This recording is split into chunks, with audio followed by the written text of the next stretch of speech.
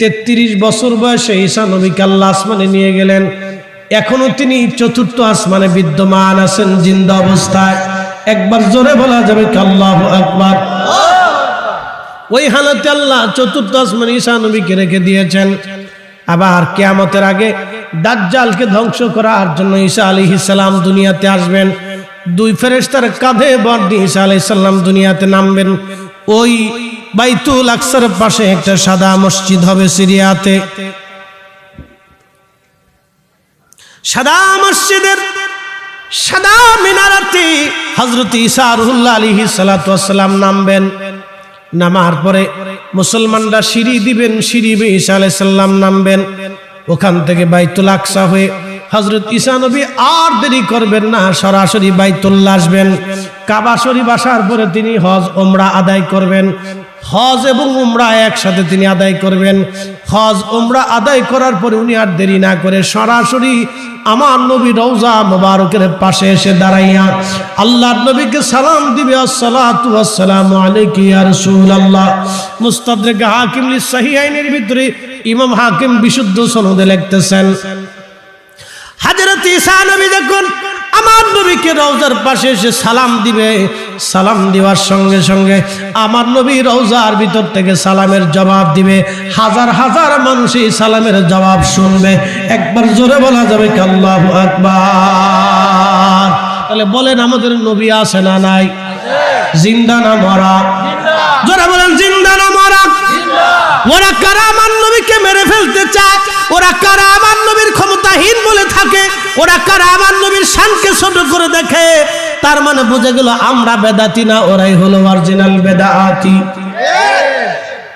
হজ আর উমরা করিয়া ঈসা আলাইহিস সালাম সরাসরি মদিনায় আমার নবী রওজা মুবারকে যে সালাম দিবেন, আল্লাহর নবী রওজার ভিতর থেকে সালামের জবাব দিবেন।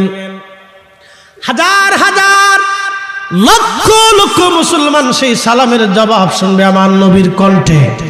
একসাথে বলা যাবে আল্লাহু আকবার। তাহলে বলেন নবী এখন আছে না নাই? আগামীতেও আছে না নাই? অতীতেও ছিল কিনা? যারা বলবে নবী নাই ওরা হলো কানার দল। কথা কর। আল্লাহর নবী ঈসা রুহুল্লাহ আলাইহিস সালাতু ওয়াস সালাম জলিল কদর নবী, আমার নবীর উম্মত হবে।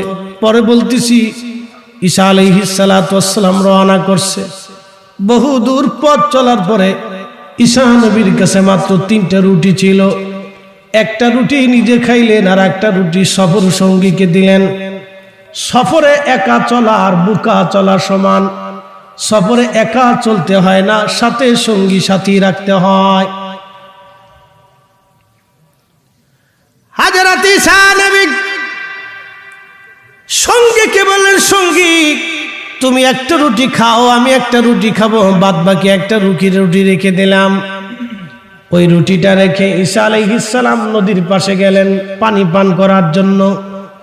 আয়েশা দেখতেছে বাকি রুটিটা নাই। ঈসা নবী ডাক দিয়ে বলেন, ও আল্লাহর বান্দা, রুটি কোন জায়গা? বলে হুজুর আমি কইতে পারি না। ঈসা নবী বললেন, ও আল্লাহর বান্দা, তুমি আর আমি, এখানে আর কোনো ব্যক্তি নেই। রুটি 3টা, মানুষ আমরা দুইজন 2টা রুটি খাইলাম, একটা রুটি এখনো আছে। তুমি যদি রুটি না দাও তাহলে কে রুটি নিছে? আল্লাহর বান্দা ডাক দেখে, হুজুর আমি রুটি নেই নাই। কত বড় চোরের সুর! ওই জামানার চোর আর এই জামানার মসজিদের টাকা চোর এক চোর। কি কথা কন না? একই রকম চোর, চোরের মধ্যে কোনো তফাৎ নাই। হযরত ঈসা নবী মুসাফিরকে সাথ থেকে তাড়াইলেন না, সফর সঙ্গী নিয়ে আরো বহু দূরে গেলেন। বহু দূর যাওয়ার পরে দেখলেন একটা হরিণ তার 2টা বাচ্চা নিয়ে হেঁটে হেঁটে যায়। আল্লাহর নবী ঈসা ডাক দিলেন, হরিণ আমার কাছে আসো। একটা হরিণের বাচ্চা দৌড়াইয়া আল্লাহর নবীর কাছে আসছে। ঈসা আলাইহিস সালাম বিসমিল্লাহ বলে ওই হরিণের বাচ্চা জবাই দিয়ে দিলেন। গোশত বানাইলেন, ফ্রাই করে পুরাইয়া দুইজনে খাইলেন।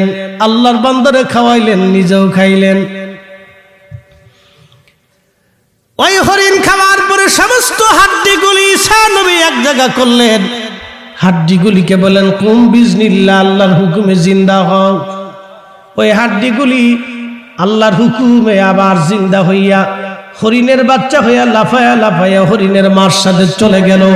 চিৎকার মেরে জোরে বলেন আল্লাহু আকবার। বন্ধু আমার, হযরত ঈসা নবীর কথা আমি বলে শেষ করে দিয়ে যাই। হযরত ঈসা নবী ওই হরিণটাকে আবার হাড্ডি গুড্ডি এক জায়গা করে বললেন কুম বিজনিল্লাহ, ও হরিণ তুমি আবার জিন্দা হয়ে যাও আল্লাহর হুকুমে। হরিণের হাড়ের জায়গা হাড় আসলো, কানের জায়গা কান, দাঁতের জায়গা দাঁত,